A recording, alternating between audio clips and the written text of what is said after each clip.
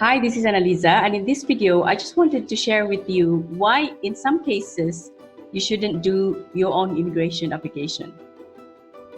Okay, let me explain why I'm saying that. One of the clients phoned me and she said, I have done my application before, so I need a lawyer now. So I asked her, well, what application did you do before that made you think that you need a lawyer? And she said, I applied for my children to come to the UK, but they refused because I did not show sole parental responsibility. Now, it made me wonder, one of those cases, one of those applications that needs preparation is sponsoring your children from the UK, especially if your husband is not with you. If only you are applying for your children to join you in the UK and your husband is somewhere else, or your husband is has gone AWOL, or you haven't seen your husband, or I'm saying husband, it can be wife, okay? I think husband is just so easy to say husband. So if you're applying on your own and you can't provide proof that your husband, wife, the father of the children is either dead or has gone officially missing, then this type of application requires a lot of preparation. Now, should she have done it herself? Yes, of course. You can do any immigration application yourself.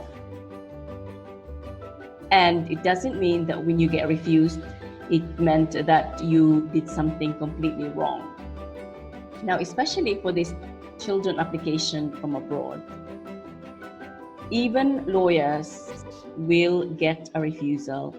So even if you hired a lawyer, and unless you, the applicant, has provided the lawyer with the documents that you're supposed to provide, then it would be a refusal as well. So, for example, applying for your children in the UK and not showing where the other parent is a really, really tricky application.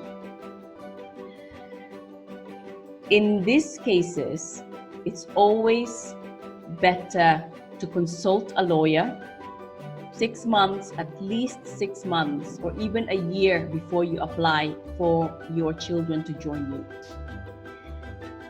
And this applies specifically for single parents.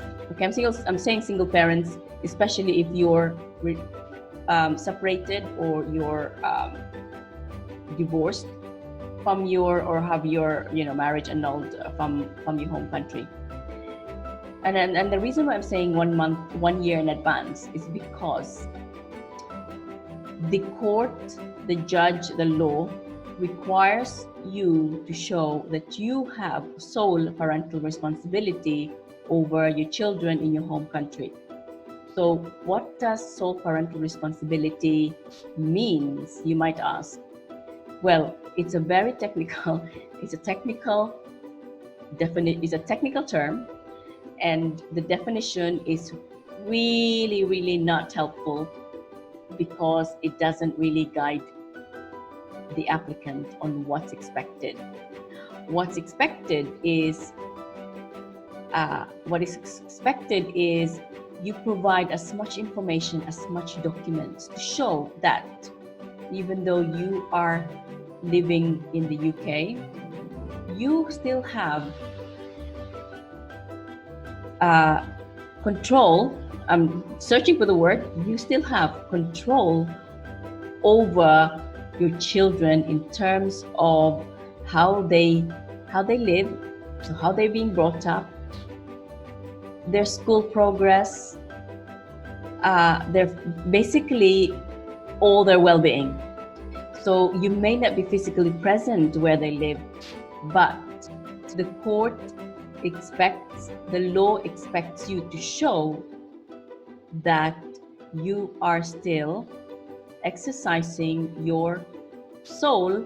It says soul because you're the only one. You are the only one exercising, and I'm saying exercising, meaning making important decisions over your child or children's life in your home country.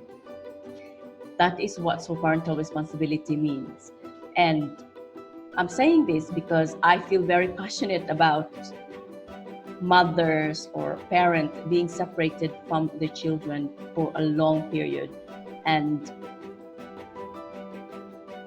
if you ask me about, let's say, 8 before my child is born, my child is 8 now. If you ask me before I had children, I would probably be, saying, well, you need to provide, provide proof, but I wouldn't care so much. I would not care because I didn't know at the time what it's like to have children. So having children, and especially children and a parent relationship, it's so important to maintain that relationship. It's so important to be physically connected with the child and the parent. It's so important that they're physically connected. So I'm so passionate about children joining the parents in the UK. And so I care so much about these cases. In my experience, I always prepare clients to provide as much proof as possible to show to the judge, because sometimes when you make the application first time, you will get refused because the Home Office does not understand, the caseworker does not understand that you maintain sole parental responsibility. And if the other parent is present, then they assume, okay, it's not their fault, but they just assume and they don't care. It's basically the paper that they have in front of them. They don't care that you actually have been making important decisions over your child.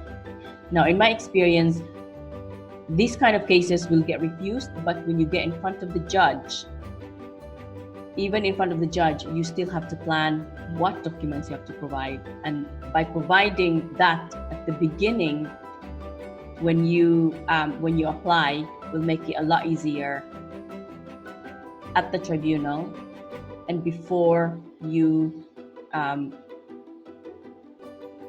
will make it a lot easier at the tribunal,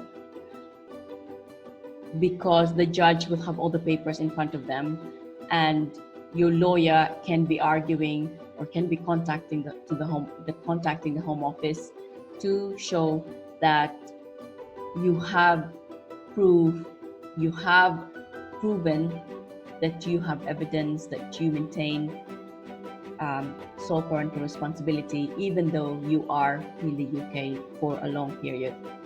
Now, going back to whether or not this person made a mistake in her application to do it herself, and whether should she have hired a lawyer. The answer to this question is not necessarily, but knowing what's expected will help. So even though this person has completed her application on her own, she's done very, very well. Even if she has hired a lawyer, it would have the same outcome, because applying for children from abroad, and if you're a single parent and if you're still married but your husband is not applying with the children, then it would be refused. Okay, so there's not going to be much difference whether or not she applied it herself or she hired a lawyer. But if she hired a lawyer, the lawyer would have advised her, you need to apply for your husband first, and then apply for your children. Not children first and then husband next.